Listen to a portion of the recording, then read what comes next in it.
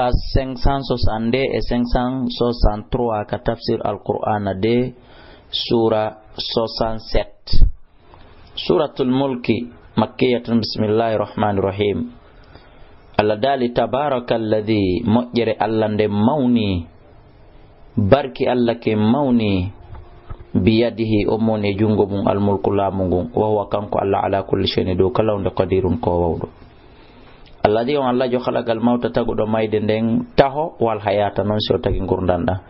liyabluwakum fi jarribon o ndara ayyukum ko homboy mo ahsana ɓurata moƴƴinde amalan golle. Wa huwa al azizu kanko ni tedduɗon al ghafuru yafotoɗon. Alladhi on Allah jo khalaga taguɗo sabi asamawatin jeeɗiɗi kammuli tiba'an jogondirɗi, tiba'an hippondirɗi. Ma tara ay ata fi khalqir rahmani e nder tagu Allah ngu min tafawutin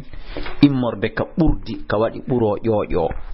Farji'il basara ruttu tungite maɗe naɓaɗe artira, hal tara ndara tawsi ay min futurin immorde e ceekol ka woni ay ata. Thumma rji'il basara refti ruttita kadi gite maɗen karrottayni laabi ɗiɗi fof yanqalibi ɗe ruttoto ɗe arta ilayka ema, yanqalibi ruttoto ilayka arta ema albasar gite ɗen khasi an hara ko ɗe yankiniɗe, hara ko ɗe yomuɗe, hara ko ɗe décourasiɗe, wa tawa kanje hasirun ko ɗe taƴiɗe e yi'ugol ko wiyete kon ceekol maka ɓurdi maka ella woni. Wala gadi zayyana sama ad-dunya gomɗi men cuɗiɗi asama hikkiɗo aduna o bima swabiha pitillaji kode, wa ja'alnaha me waɗi kadi kode ɗe rujuman raɗorɗe li shayatin wonande shaytanuji ɗi,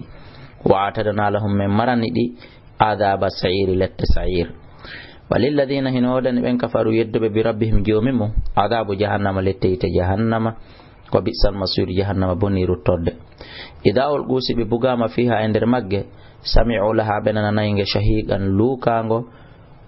wahiya tawa kange tafuru hinge luuka, shahiqan haacango, wahiya tawa kange tafuru hinge luuka yiltodira. takadu hinge eɓɓata mayyazu ndege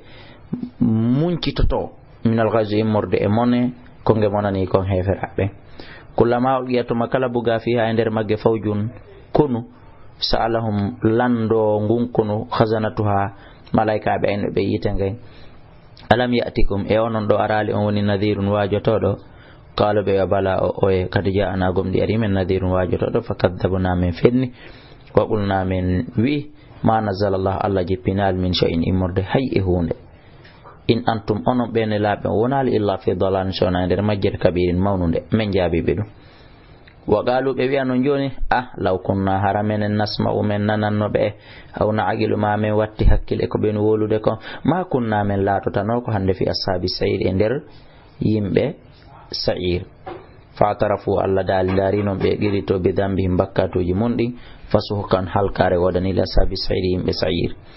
innal ladina andena ɓe yakhshawna rabbahum hulɓe jomi mum bil ghaibi kabirni lahum hino wodani ɓe maghfiratun yaafuye wajurun en joddi kabirun mawnude. wa sirru suuɗe gawlakum konguɗi mon ɗi siɗon faala awi jaru bihi ma feññi non ɗi innono kanko Allah alimun ko anduɗo bi dhati suduri gunduji ɓerɗe no fotanamo. ala faame ya'lamu kanko Allah himo andi man khalaqa on taguɗo wa huwa al-latifu ko kanko ni newi ɗon al-khabir humpiti ɗon. ala faame ya'lamu hino andi man khalaqa on Allah jo taguɗo wa huwa al-latifu kanko newi ɗon al-khabir humpiti ɗon. walladhi kanko Allah wonon ja'ala lakum al-arda waɗan ɗo leydi nden dalulan ɗeltandi famshu yahe fi manakibiha e nder seraji mayri on, wa kulu ñamo mi risqihi morde arsike makko on, wa ilahi ko faade ka makko an nushuru woni ruttorde woni immitangal woni sakorde nden yahe. a amintum e on hooli man fissamayi on wonɗo ka kammuli an yaksifa bikum wonde umutindinta on al-arda e leydi nden fa ida hiya tawa kayri leydi ndin tamuru hindi yiltodira. am amintum ka on hooli man fi sama on ɗo kasama an yursila wonde o wurtata alaykum e dow moɗon hasuban sattundu wifugol. fa sata'lamuna aray an ɗon kayfa nadir ko no woni riwaju angu. walagad kaddaba alladina gomɗi fenniɓe min qabil mi aditiɓe fa kayfa kana konno latorno nakir lette anɗe.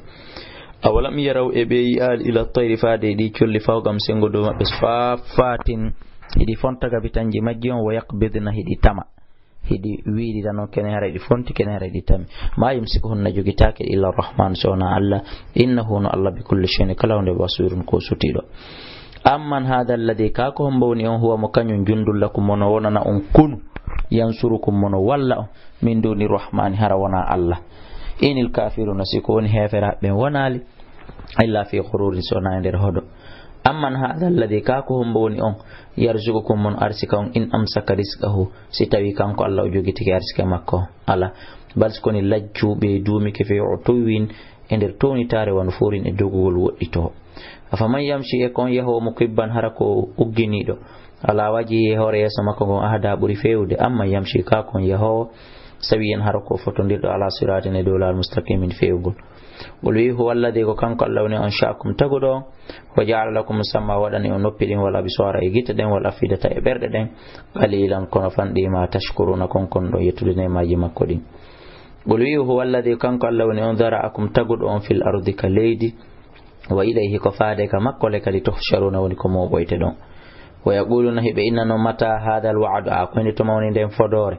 en kuntum sallat ka sadiqina ko gonga mo qul yata wa innamal ilmu ande no gandal andugol fi den fodore ngal darngal inda Allah ka